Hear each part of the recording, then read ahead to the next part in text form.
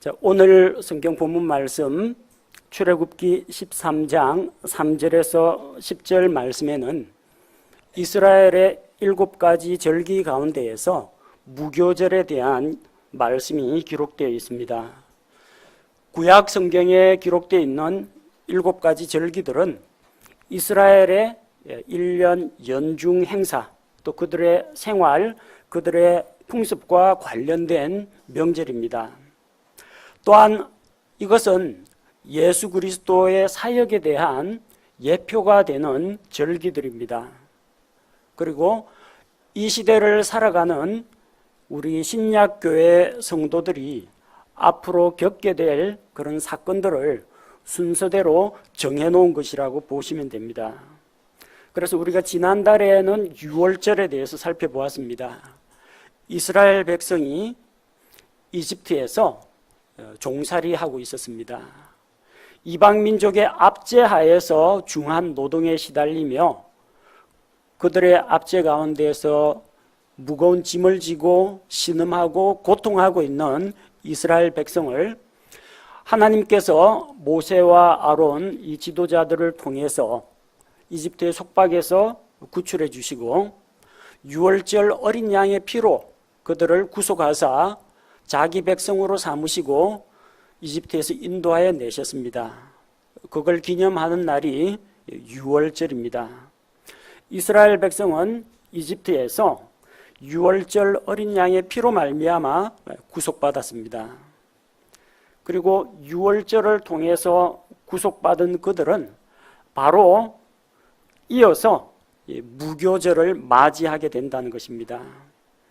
성경에 기록된 둘째 절기 무교절을 통해서 그것이 우리에게 주는 의미가 무엇인지 함께 묵상하고자 합니다. 자, 무교절 이름의 뜻은 무교절, 말하자면 누룩이 없는 절기라는 뜻입니다. 유월절은 우리가 정월 14일이라고 배웠습니다. 이스라엘의 달력 가운데에서 이스라엘의 종교력으로 정월 아비브월 14일이 유월절입니다. 그런데 구약시대의 무교절은 언제냐? 아비브월 바로 다음 날입니다. 15일이 무교절입니다.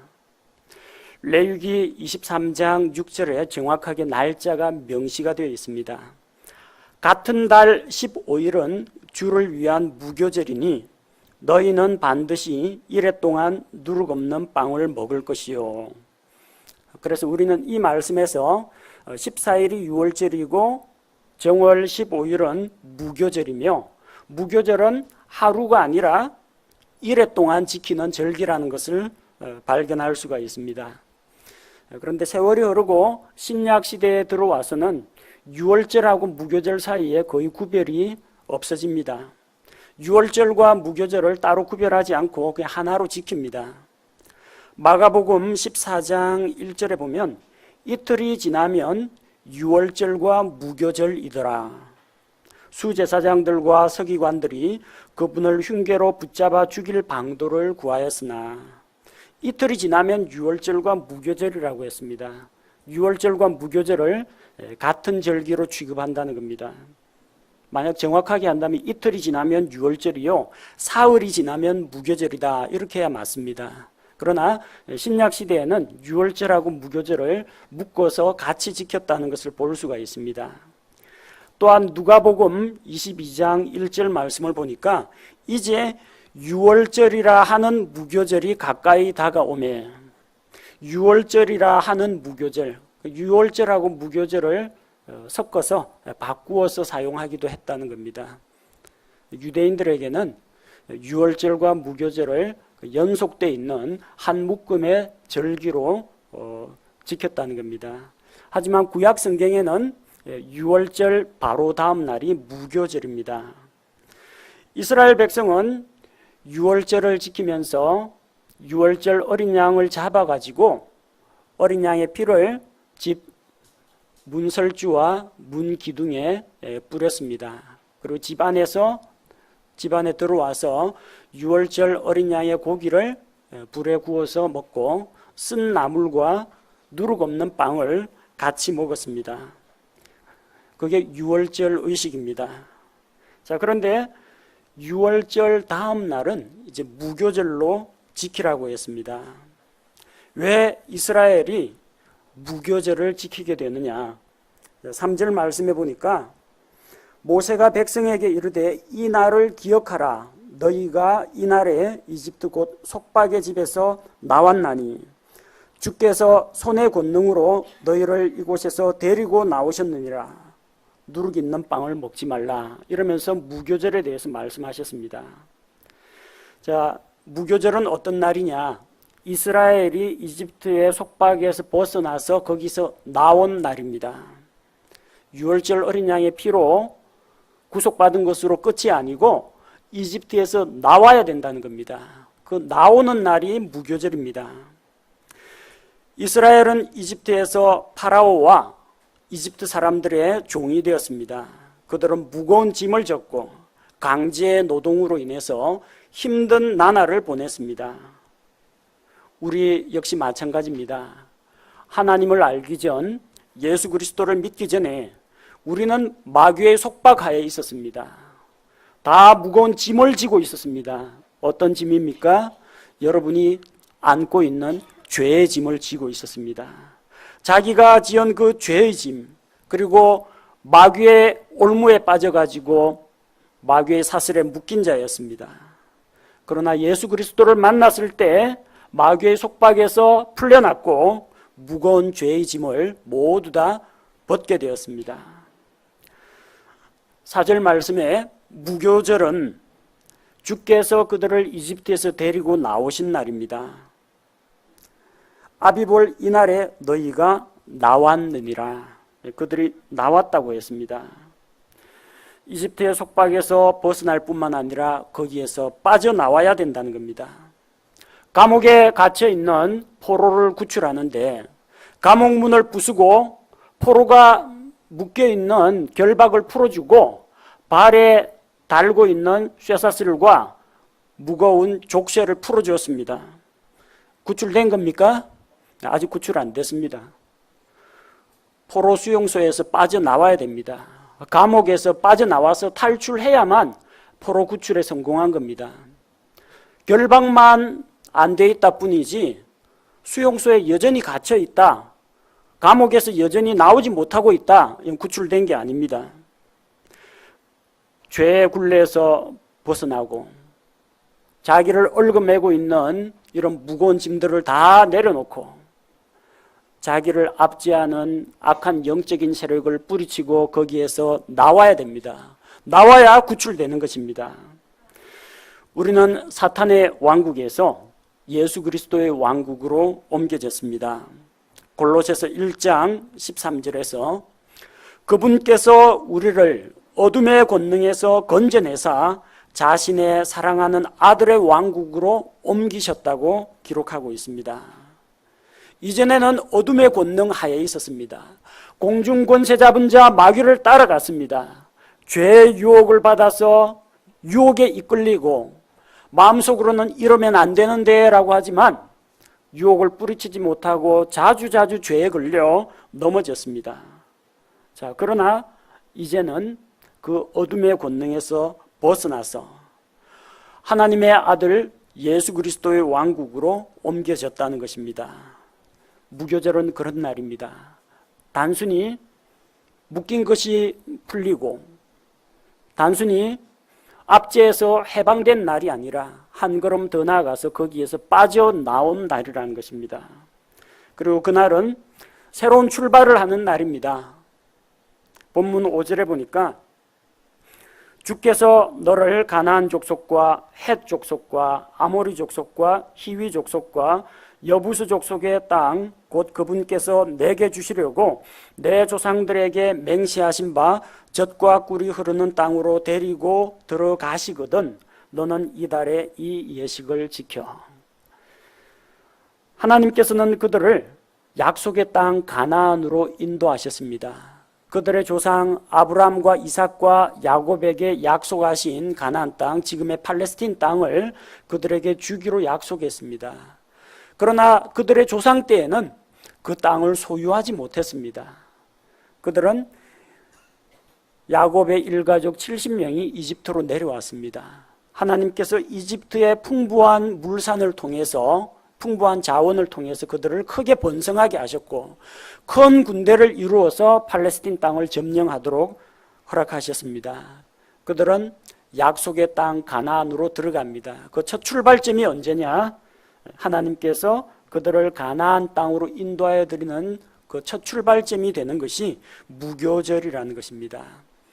사실 구약시대 이 출애굽기 당시에는 무교절을 지키지 못했습니다. 왜냐하면 이집트에서 눌러붙어 가지고 일주일 동안 절기 지킬 시간이 없습니다. 빨리 빠져나가야 됩니다.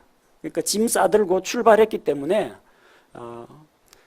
그들은 평안히 안식을 누리면서 절기를 지키지 못했습니다. 곧바로 여행길에 올랐습니다. 약속의 땅을 향하여. 언제부터 지키느냐? 5절에 나오는 것처럼 너희를 젖과 꿀이 흐르는 땅으로 데리고 들어가시거든. 그 땅에 들어가서 유월절도 지키고 무교절을 지켰다는 것입니다. 그러나 가나안 땅에 들어가기까지, 가나안 땅으로 향하여 첫 발걸음을 내디딘 날이 언제냐? 무교절이라는 것입니다. 이스라엘은 죄악된 이 왕국 이집트를 떠나서 젖과 꿀이 흐르는 땅으로 여행을 시작했습니다. 우리 역시 마찬가지입니다. 예수 그리스도로 말미암아 죄 용서받고 하나님의 자녀가 되었습니다. 그리고 그 다음에는 저 하늘에 있는 영원한 본향을 향해서 여행을 시작하는 나그네 인생길을 출발하게 되었습니다. 히브리서 11장 13절에는 믿음의 사람들에 대해서 이렇게 소개합니다. 이들은 다 믿음 안에서 죽었으며 약속하신 것들을 받지 못하였으되 멀리서 그것들을 보고 확신하며 끌어안았고 또 땅에서는 자기들이 나그네요 순례자라고 고백하였으니, 우리가 예수 그리스도를 믿고 구원받은 다음에 이런 꼴 저런 꼴 안 보고 이 세상에 있는 더러운 부정부패, 고통, 슬픔 당하지 않고 예수 믿자마자 당장 하늘로 데려가시면 얼마나 좋겠습니까? 하나님 그렇게 하지 않습니다. 하나님께서 우리에게 원하시는 것이 있습니다. 두 가지가 있어요. 하나는 우리가 죄로부터 깨끗해지고 날마다 성별된 삶을 살고 거룩하게 살아가기를 원하시기 때문에 우리에게 영적인 성장의 과정을 이 땅에서 겪게 하셨습니다. 또 한 가지는 믿는 사람 예수님 믿고 구원받자마자 죄다 하늘로 다 데려가면 전도는 누가 합니까? 남아있는 사람들은 누구한테서 복음을 듣습니까? 하나님께서는 모든 사람이 구원을 받으며 진리를 아는 데 이르기를 원하십니다. 한 사람이라도 더 건지기를 원하십니다. 그래서 우리가 이 땅에 남아있는 겁니다. 생각 같아서는 참 그런 생각 들 때가 많습니다. 특히나 여러 가지 이 세상에서 가정 문제, 직장 문제, 학교 공부 스트레스, 그리고 인생에 아무런 낙이 없다 그런 생각이 들 때 하나님 빨리 좀 데려가시면, 주님 빨리 좀 오시면, 나를 당장 좀 천국에 데려다 놓으시면 얼마나 좋을까요? 그런 생각을 할 때가 있습니다. 그러나 하나님께서 원하시는 것은 우리가 이 세상에 남아서 죄의 영향력으로부터 점점 멀어지고 하나님을 닮아서 거룩한 성품으로 변화되어 가며 남아있는 다른 사람들에게 구원의 복음을 전하기를 원하신다는 겁니다. 우리의 가야 할 목표는 저 영원한 하늘에 있는 본향입니다. 저 하늘입니다. 그러나 발은 이 땅을 딛고 앞으로 몇십 년간 더 살아가야 합니다. 이 땅에서 살아가는 나그네 인생 여정은 똑같지만 예수님을 믿고 나서 변화된 부분이 있습니다. 목표가 달라졌다는 겁니다. 이 세상에서 잘 먹고 잘 입고 잘 살고 사람들에게 존경받는 그것이 우리의 목표가 아니라는 겁니다. 저 영원한 하늘에 있는 하나님을 바라보면서 우리 앞에 기다리고 있는 영원한 시간, 영원한 세계를 바라보면서 믿음의 첫 발자국을 내딛었다는 것입니다. 그날이 무교절입니다. 그날이 바로 내가 예수님 믿고 구원받은 바로 그 다음 날입니다. 무교절에는 뭘 해야 됩니까? 6절 말씀해 보니까 이래 동안 누룩 없는 빵을 먹고 일곱째 날에는 주께 명절을 지키라고 했습니다. 이래 동안 누룩 없는 빵을 먹어야 합니다. 6월절에도 누룩 없는 빵을 먹습니다. 왜 누룩 없는 빵을 먹느냐? 순수한 밀가루를 물에 개어서 반죽을 해서 철판이나 돌판에다가 납작하고 얇게 빵을 구워냅니다. 누룩을 넣으면은 빵이 이제 부풉니다. 빵이 부드러워집니다. 그러나 누룩 없이 구운 빵은 딱딱하고 메마른 빵이 됩니다. 밀가루에다가 누룩을 섞으면요, 밀가루의 그 본성이 변질이 됩니다. 원래 밀가루가 아니라 밀가루 반죽이 기포가 생기고 부풀어 오르고 거기에서 가스가 분출되죠. 시큼한 냄새가 납니다. 누룩은 부패시키는 속성이 있습니다. 또 반죽에 퍼져나가는 속성이 있습니다. 그래서 이것은 성경에서 사람을 병들게 하고 부패시키는 죄를 상징하는 것입니다. 또 그 죄는 하나의 죄가 있으면은 다른 사람에게 죄가 전염되고 퍼져나갑니다. 누군가가 죄를 저지르면요, 그 한 사람으로 그치지 않고 다른 수많은 사람들을 그 죄로 더럽게 만들고 오염시키게 된다는 것입니다. 그래서 하나님께서는 유월절과 또 무교절에 누룩 없는 빵을 먹으라고 하셨습니다. 누룩 없는 빵은 죄가 없으신 하나님의 아들 예수 그리스도를 나타냅니다. 누룩 없는 빵은 유월절에 딱 한 번 먹고 끝나는 게 아닙니다. 그들은 유월절 다음에 무교절에 1회 동안 또 먹어야 됐습니다. 7일간 날마다 누룩 없는 빵을 먹어야 했다는 겁니다. 누룩 없는 빵 예수 그리스도는 내가 죄에서 구원받을 때 딱 한 번 필요하신 분이 아니라는 이야기입니다. 죄에서 구원받을 때만 예수님 필요하고 구원받고 나서 살아갈 땐 예수님이 필요 없습니까? 아닙니다. 앞으로도 계속 필요합니다.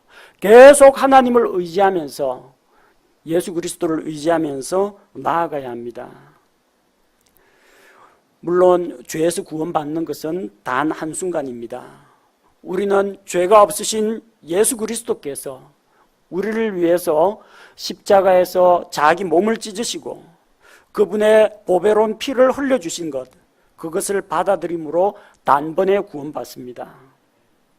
하지만 그 후로는 이제 죄에서 구원받았으니까 끝이다. 예수 믿고 죄 용서 받았으니까 앞으로 무슨 죄를 지어도 괜찮겠다. 마음껏 죄 짓자. 이게 아니라는 겁니다. 죄 없으신 예수 그리스도를 의지해서 단번에 구원을 받았다면 그 다음부터는 또 누룩 없는 빵을 계속 먹어야 됩니다. 죄 없으신 예수 그리스도를 의지하면서 날마다 죄를 멀리하는 거룩한 삶을 살아가야 한다는 겁니다.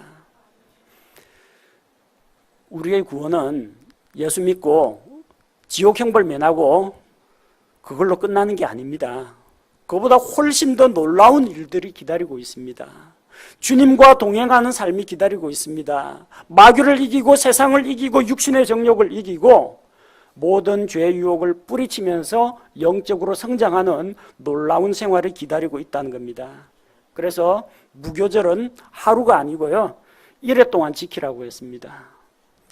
그래서 7일간 날마다 누룩 없는 빵을 먹는 것처럼 우리가 저 영원한 하늘에 가는 그날까지 끊임없이 자기를 돌아보고 죄를 하나님 앞에서 죄 문제를 회개하고 용서받고 죄 유혹을 물리치고 때로는 넘어질지라도 또다시 일어나서 하나님을 의지하고 나아가는 이런 삶의 연속이 무교절이라는 겁니다.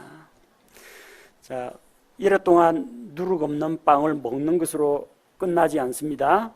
그리고 7째 날에는 주께 명절을 지키라고 했습니다.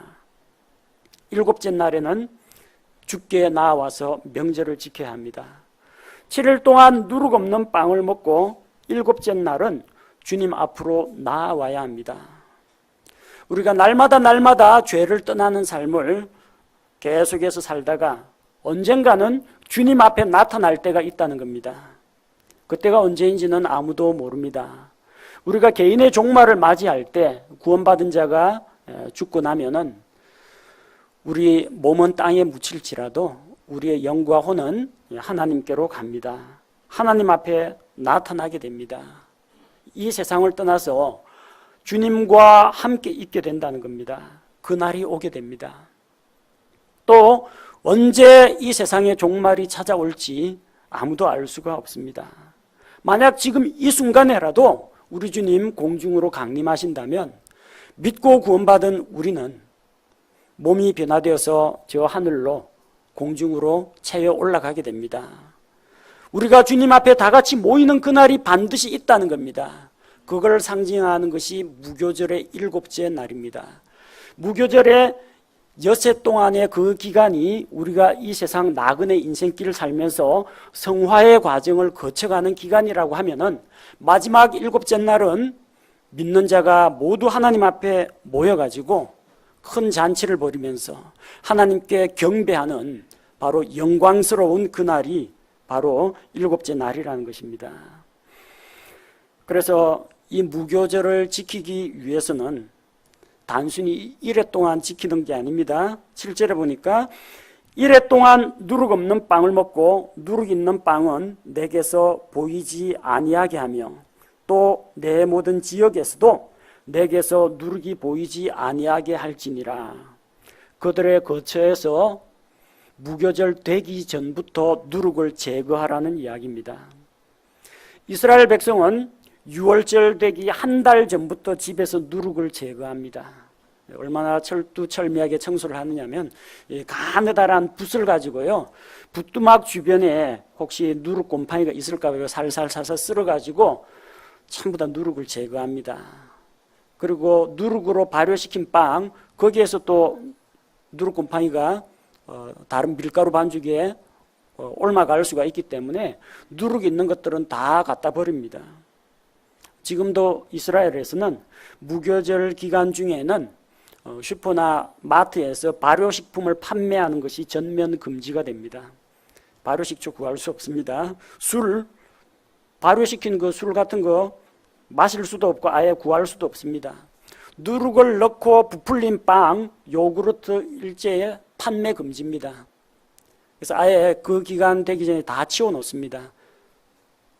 그 정도로 지금까지도 철두철미하게 무교절을 지킵니다. 마태복음 13장 33절에서 누룩에 대해서 주님께서 말씀하십니다. 하늘의 왕국은 마치 어떤 여자가 가져다가 굵은 가루 서말 속에 숨겨넣어 마침내 전부를 뜨게 한 누룩과 같으니라 하시니라. 어떤 여자가 굵은 밀가루 속에다가 누룩을 몰래 숨겨 넣었다는 겁니다. 밀가루는 순수합니다. 예수님이 하늘의 밀알이 되셨습니다. 그 밀이 낫에 베어가지고 쓰러졌습니다. 껍질이 벗겨졌습니다. 예수님은 자기의 옷을 전부 다 밑에서 지키고 있는 군병들에게 다 빼앗겼습니다. 그리고 밀알 그대로 있으면 안 되죠. 절구에 넣든지 맷돌에 갈아가지고 밀가루로 만들어야 됩니다. 빵 구우려면 그렇게 합니다. 예수님께서도 채찍에 맞으시고 자기의 살을 찢으시고 온갖 고난을 당하셨습니다. 밀알이 으스러져서 밀가루가 되는 그런 고통을 겪으셨습니다. 그리고 그 밀가루가 반죽이 돼서 불에 구워질 때 누룩 없는 빵이 만들어집니다. 이 누룩 없는 빵은 죄 없으신 예수 그리스도, 순수하신 예수 그리스도, 거룩하신 하나님의 아들 예수 그리스도, 바로 주님을 상징합니다. 또한 그분께서 하신 순수한 진리의 말씀을 상징합니다. 거기에는 누룩이 들어가면 안 됩니다. 죄와 연관된 어떠한 것들, 말씀의 진리를 변개시키는 어떠한 것들도 그 순수한 밀가루에 포함이 되어서는 안 된다는 겁니다. 갈라디아서 5장 9절에서는 작은 누룩 하나가 온 덩어리를 뜨게 한다고 했습니다. 빵 구워 보신 분, 빵 만들어 보신 분은 아마 아실 겁니다. 이스트 조금만 넣어도요, 누룩 조금만 넣어도, 막걸리 조금만 넣어도요, 나중에 그 퍼져 나가면 밀가루 반죽 전체가 전부 다 발효가 되어가지고 부풀어 오른다는 겁니다. 우리 구원받은 하나님의 백성들, 구원받은 성도들은 죄에서 멀리 떠나는 삶을 살아야 합니다. 바로 죄에서 떠나는 삶의 연속이 우리 인생 여정이고, 이것이 무교절이라는 것입니다. 또한 이 무교절은 자녀들에게도 가르쳐야 됩니다. 8절 말씀해 보니까 너는 그날에 내 아들에게 보여주며 이르기를 이것을 행함은 내가 이집트에서 나올 때에 주께서 나를 위하여 행하신 일 때문이라 하고 자녀들에게 설명해 줘야 됩니다. 이스라엘에서 아버지 어머니들은 자기 자녀를 낳아준 부모의 역할뿐만 아니라 그 당시에는 교사의 역할을 같이 감당했습니다. 어릴 때는 자기 어머님한테서 말씀 그리고 언어를 배웁니다. 좀 더 커지면은 자기 아버지에게서 또 율법의 말씀을 배웁니다. 물론 회당이라든지 레위인을 통해 가지고도 말씀을 배웁니다만 기본 교육은 가정에서 이루어집니다. 아버지 어머니는 아이들의 부모인 동시에 영적인 스승입니다. 그래서 이 아버지 어머니의 역할은 뭐냐? 하나님을 대신하여 하나님께서 주신 이 생명을 자기들이 잘 가르치고 키우는 것이 목표라는 겁니다. 자녀를 자기 거라고 생각해서는 안 됩니다. 내 새끼 내 마음대로 하겠다, 그런 생각 버려야 합니다. 그 생명은 부모가 준 게 아닙니다. 하나님께서 주신 것입니다. 하나님께서 선물로 주시고 부모에게 맡기신 것입니다. 따라서 우리는 부모된 입장으로서는 하나님으로부터 자녀를 위탁받은 청지기의 입장에서 이 아이들이 하나님을 알아가도록, 바른 진리 가운데 설 수 있도록, 죄를 멀리하도록 훈계하고 책망하고 가르치고 위로하고 권면하면서 잘 키워야 한다는 겁니다.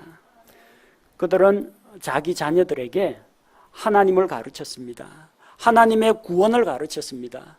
유월절, 절기, 무교절 이 행사를 통해서 하나님은 어떤 분이신가? 하나님은 우리를 이집트의 압제에서 구원하신 분이다. 우리를 어린 양의 피로 구속하신 분이다. 그래서 자기 백성으로 삼으신 분이다. 우리를 약속의 땅 가나안으로 인도하신 분이다. 이런 것들을 가르쳐야 했습니다. 우리 역시 마찬가지입니다. 하나님께서 우리에게 이루어 주신 놀라운 구원을 여러분 각 가정에서 자녀들에게 가르쳐야 됩니다. 또한 자기 자녀가 아닐지라도 주변에 있는 가족, 일가친지, 친구들, 믿지 않는 자들에게 예수 그리스도의 복음을 전하고 그들을 가르쳐야 됩니다. 9절 말씀에서 이 무교절을 기념하라고 말씀하셨습니다. 그것은 너를 위해 내 손 위의 표적과 내 눈 사이의 기념물로 삼고 주의 율법이 내 입에 있게 하라. 주께서 강한 손으로 너를 이집트에서 데리고 나오셨다고 했습니다. 먼저 이 날을 기억해야 됩니다. 잊지 말아야 합니다. 이스라엘은 해마다 이 유월절과 무교절 절기를 지키면서 하나님께서 자기 민족을 어떻게 구원하셨는지 그것을 두고두고 생각하고 기념하고 감사를 드립니다. 우리 역시 마찬가지입니다. 자기가 구원받은 사실을 거듭 확증하며 구원자이신 예수님을 기억해야 합니다. 하나님께서 우리에게 베푸신 그 크신 은혜와 자기의 생명을 주면서까지 우리를 사랑하신 그리스도의 사랑을 끊임없이 기억해야 합니다. 그리고 기념물로 삼으라고 했습니다. 여러분 어디 여행 다녀오면 기념품 같은 거 구입하죠? 어떤 분은 돌에 글씨 새긴 이런 것도 사오고, 어떤 분은 등산하시는 분은 기념 배지 같은 것도 사서 모으고 그럽니다. 그 기념물은 뭡니까? 아, 내가 그때 여기 방문했었지. 어느 여행지 다녀왔었지. 그 기념물을 볼 때마다 생각나지 않습니까? 기념사진 왜 찍습니까? 기념하는 겁니다. 100일 사진, 돌사진, 졸업사진, 입학사진 다 찍죠. 왜 그럽니까? 기념으로요. 시간이 흘러서 우리의 기억이 희미해진다고 할지라도 그런 기념물들이 남아있으면 그 기억을 떠올릴 수가 있는 것입니다. 무교절을 잊지 않도록 그것을 기념물로 삼으라고 했습니다. 손 위에 표적으로 삼으라고 했습니다. 여러분 일상생활 가운데서 제일 자주 보는 것이 아마 여러분의 손일 겁니다. 글씨를 쓸 때도, 운전을 할 때도, 물건을 집을 때에도 손 가는데 눈이 따라가기 마련입니다. 그래서 손 위에 표적으로 삼으라고 했습니다. 눈 사이에 기념물로 삼으라고 했습니다. 눈 사이면 뭐 여긴데요. 눈으로는 자기 눈 사이에 뭐 있으면 잘 안 보이죠. 하지만 자기한테서 제일 가까운 곳입니다. 실제 이스라엘 사람들 기도할 때 그 경문이라는 걸 찹니다. 조그마한 상자예요. 그 상자 안에 종이에다 깨알 같은 글씨로 신명기 율법의 말씀 같은 걸 적습니다. 그리고 그 상자 안에다가 그걸 집어넣고 그 상자를 가죽띠로 매갖고 이렇게 머리에 묶습니다. 기도할 때 그래가지고 기도합니다. 이것을 내 미간에 붙여 표를 삼으며 하나님의 말씀을 항상 자기 가까이 둔다는 거죠. 바로 머리에 붙이는 그런 머리띠와 경문과 마찬가지로 눈 사이에 기념물로 삼으라는 것은 아주 가까이에 두라는 겁니다. 우리 역시 우리가 죄로부터 구원받고 마귀의 권세에서 빠져나와서 하나님께로 오게 된 날을 기념하고 길이길이 기억해야 됩니다. 주의 만찬을 가질 때마다 우리는 예수 그리스도의 십자가의 고난과 그분의 죽음을 기억하고 기념합니다. 고린도전서 11장 23절에서 25절 말씀을 보니까 내가 너희에게도 전해준 것은 내가 주께 받은 것이니 곧 주 예수님께서 배반당하신 바로 그 밤에 빵을 집으사 감사를 드리신 뒤에 그것을 떼시고 이르시되 받아서 먹으라. 이것은 너희를 위하여 찢긴 내 몸이니 나를 기억하여 이것을 행하라. 주의 만찬 때 우리가 누룩 없는 빵을 떼어서 나눠 먹습니다. 그것은 예수 그리스도의 십자가의 고난과 죽음, 곧 나의 구원을 기억하고 기념하기 위한 기념물이라는 겁니다. 또한 이 잔은 내 피로 세우는 새 상속 언약이니 너희가 그것을 마실 때마다 나를 기억하여 이것을 행하라 하셨느니라.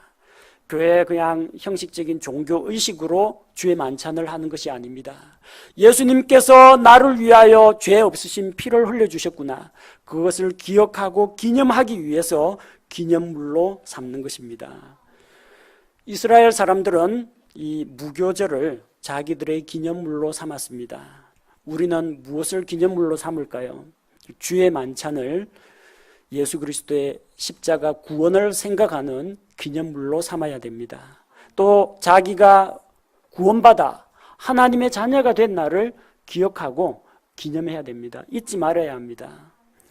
10절 말씀해 보니까 그러므로 너는 해마다 정한 때에 이 규례를 지킬지니라 그렇게 말씀하셨습니다. 또 9절에서도 주의 율법이 내 입에 있게 하라 하셨습니다. 하나님의 율법이 너의 입에 있게 하라. 해마다 이 규례, 이 율법을 지키라고 하셨습니다. 그 당시 이스라엘은 사악한 이집트의 법 아래에 있었습니다. 이집트의 법으로 인해서 이스라엘 사람들이 어떤 일을 했습니까? 열심히 일하면서 이집트에 세금 바쳤습니다. 이집트에서 이스라엘 사람들은 노예민족이니까 전부 나와서 벽돌 만들어라 하면 벽돌 만들어야 됐습니다. 국고성 이번에 지을 테니까 전부 몸으로 몸 바쳐서 일하라 하면 전부 강제 동원되었습니다. 이집트의 법 때문에 파라오는 신이다, 파라오를 섬기라 하면은 그 앞에 파라오의 말에 복종해야 됐습니다. 이집트 왕이 이스라엘에서 사내 아이가 태어나면 전부 죽여라 하면 그게 이집트의 법입니다. 그들은 이집트의 법에 의해서 압제를 당했습니다. 하지만 이제 무교절을 경험하고 나서 유월절과 무교절을 경험하고 나서 그들은 이집트의 법 아래에서 벗어났습니다. 하나님의 율법 아래 있게 되었습니다. 주의 율법이 내 입에 있게 하고 해마다 정한 때 이 규례를 지키라는 이 말씀에 따라서 이제는 이집트의 법하고는 작별입니다. 더 크고 거룩하시고 놀라운 하나님의 법 아래에 놓이게 되었다는 것입니다.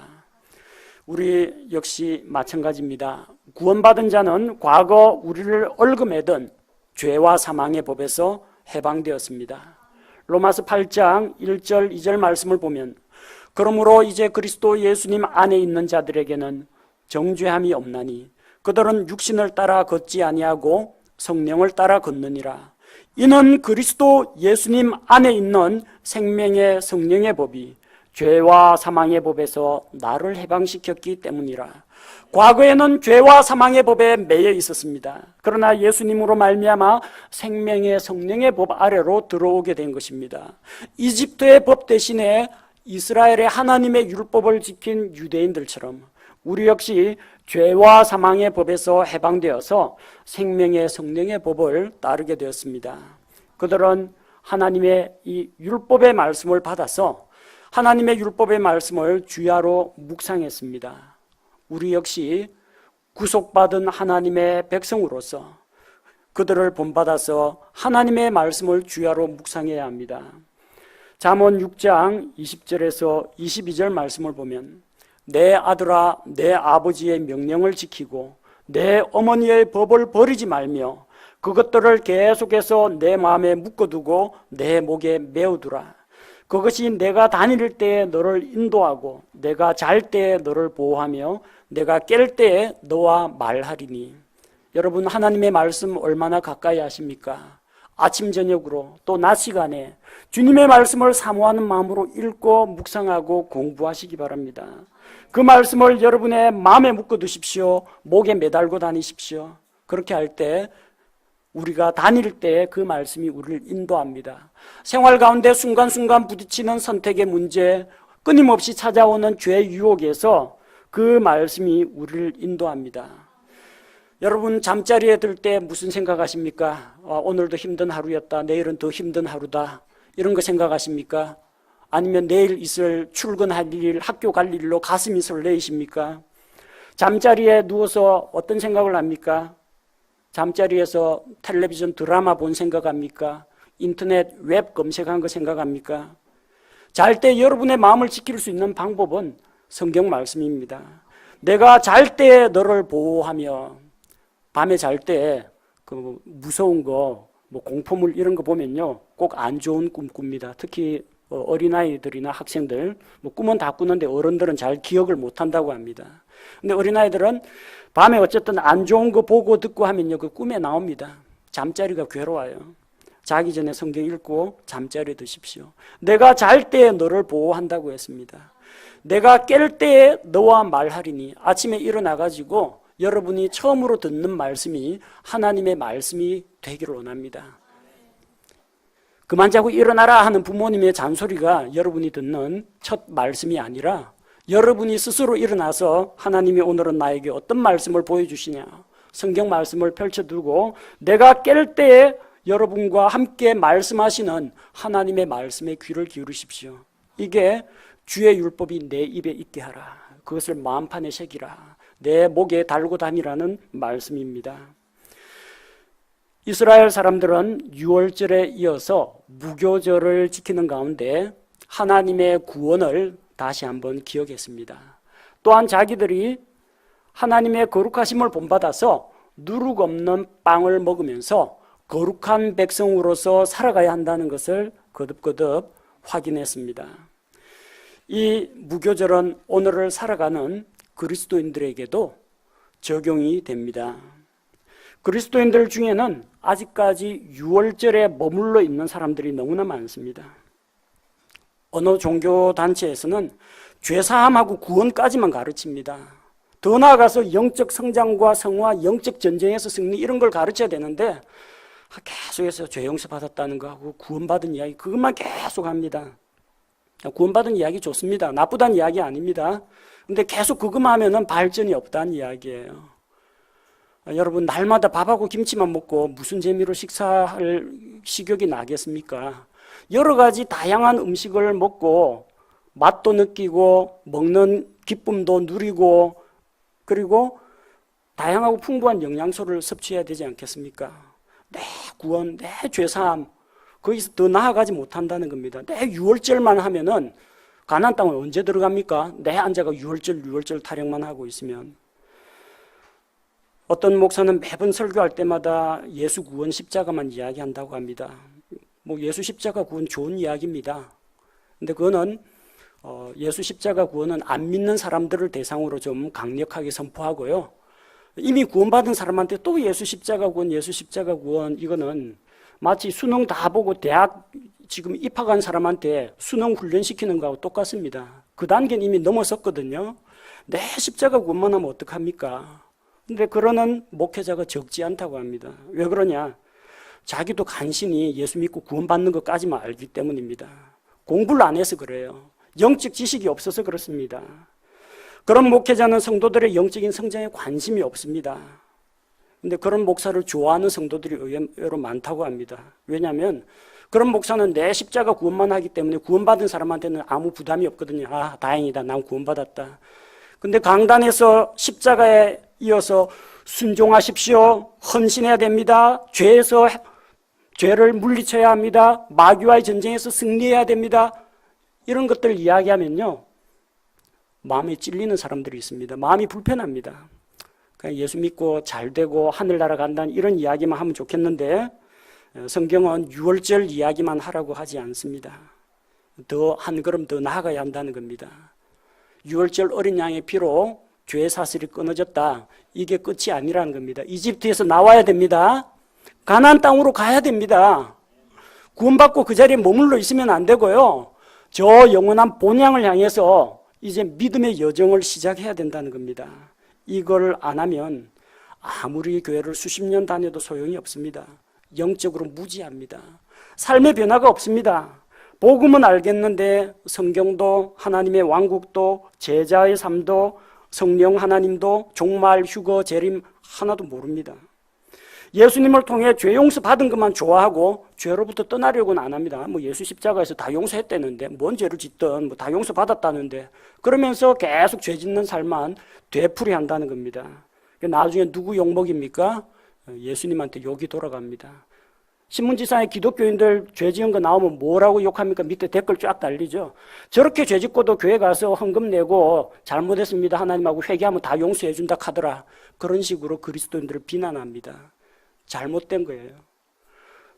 죄에서 해방되어서 구원받았으면 구원자이신 하나님을 닮아가는 삶을 시작해야 됩니다. 예수님의 십자가 구원에 감사합니다. 근데 그 다음이 있죠. 예수님 십자가로 구원받았으면 자기 십자가를 지고 주님을 따라가는 삶도 살아가야 하는데 그건 안 하려고 한다는 겁니다. 그러니까 유월절 어린 양의 피로 구원받았다. 그 자리에서 그냥 주저앉아 있습니다. 그러대서는 안 됩니다. 무교절로 나아가야 됩니다. 약속의 땅으로 나아가야 합니다. 우리 모든 성도들은 유월절에 머물러 있으면 안 됩니다. 무교절도 맞이해야 되고 첫 열매의 절기, 오순절, 나팔절, 속죄일, 장막절까지 쭉 가야 됩니다. 그래서 마지막 장막절에서 주님과 함께 영원한 안식을 누리는 그 단계까지 가야 된다는 겁니다. 저는 강단에서 두 가지 다 하고 있습니다. 한 달에 한두 번 정도는 복음 설교를 합니다. 구원 문제가 중요하기 때문에 구원받은 자를 또 구원의 확신 가운데 세우는 것도 필요하기 때문에요. 그리고 그 나머지는 뭘 하느냐? 그리스도인의 성품에 대해서 이야기합니다. 그리고 영적인 성장에 대해서 이야기합니다. 우리가 더 알아야 할 하나님의 뜻과 계획에 대해서 또 가르치고 있습니다. 사도행전 20장 27절에서는 이는 내가 지금까지 회피하지 아니하고 하나님의 모든 계획을 너희에게 밝히 말하였기 때문이라. 단순히 하나님의 구원 계획만 이야기하면 안 돼요. 구원받은 이후에 우리의 나아갈 방향에 대해서 우리 더 많이 알아야 됩니다. 하나님을 더 깊이 알아야 합니다. 예수 그리스도를 닮아가는 사람이 되어야 됩니다. 여러분, 유월절에 머물러 있는 성도가 되지 말고 무교절을 지키는 성도들이 되십시오. 여러분 일생 죽을 때까지 죄로부터 분리된 거룩한 삶을 살아가고 무교절의 제7일째 마지막 날 주님 앞에 나타나서 구원자이신 하나님, 예수 그리스도를 만나서 기쁨으로 경배하며 교제하고 영원한 복락을 누리는 그 자리에 참여해야 됩니다. 무교절은 어린 양의 피로 구속받아 죄의 종, 마귀의 종에서 해방되어 자유를 얻고 하늘의 본향을 향해서 가는 새로운 삶의 시작입니다. 이집트의 속박에서는 벗어났지만 이집트에서 나오지 않는 사람, 이집트는 떠났는데 광야에서 죄 짓다가 그냥 죽어가지고 가나안 땅에는 들어가지 못한 사람도 있습니다. 그렇게 되지 않으려면 구원의 진리 가운데, 구원의 확신 가운데 든든히 서고 영적으로 성장해 나가며 영적인 전쟁에서 승리하는 기쁨을 맛보며 성령님께서 우리 속에 맺으시는 성령의 열매를 맺으며 제자로서 주님 앞에서 헌신하며 마지막 날 주님 앞에서 상급받고 함께 기쁨과 영광에 참여하는 것도 우리가 배워야 합니다. 여러분, 우리는 어떻게 무교절을 지킬까요? 구약시대 유대인들처럼 일주일간 잡아놓고 명절을 지킬 수는 없습니다. 예수 그리스도께서 모든 것을 완성하셨기 때문입니다. 하나님께서 이스라엘 백성에게 무교절을 지키라고 하신 것처럼 우리는 예수님께서 우리를 구원하기 위해서 고난받고 죽으신 것을 기억해야 합니다. 또 우리가 하나님의 은혜로 믿음을 통해서 구원받은 것을 기억하고 감사를 드려야 합니다. 누룩이 없는 순수한 하나님의 말씀을 섭취해야 됩니다. 누룩 없는 빵을 일주일간 먹은 것처럼 누룩이 없는 순수한 진리의 말씀을 매일매일 섭취하며 누룩과 같이 우리를 부패시키고 타락시키고 냄새나게 만드는 그런 죄를 하나님 앞에서 멀리해야 합니다. 그리고 자기 자녀들과 주변 사람들에게 하나님의 은혜로운 구원의 소식을 널리 전하는 것, 이것이 우리가 살아가는 일평생 동안 무교절을 지키는 길입니다.